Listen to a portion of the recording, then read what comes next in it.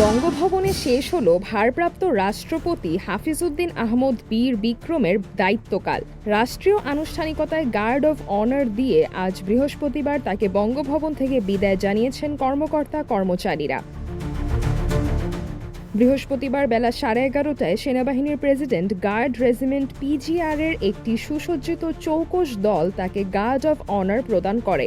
এর আগে বঙ্গভবনের দর্শনার্থী বইয়ে স্বাক্ষর করেন হাফিজউদ্দিন আহমদ। পরে কর্মকর্তা কর্মচারীদের সঙ্গে শুভেচ্ছা বিনিময় করে বঙ্গভবন ছাড়েন তিনি।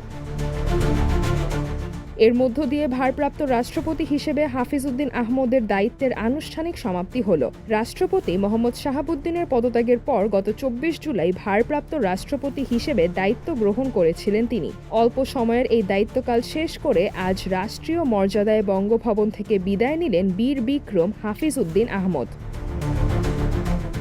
এক মাসও পূর্ণ হল না, এর মধ্যেই বঙ্গভবনে শুরু হওয়া তার অধ্যায়ের শেষ হল রাষ্ট্রীয় গার্ড অফ অনারের মধ্য দিয়ে।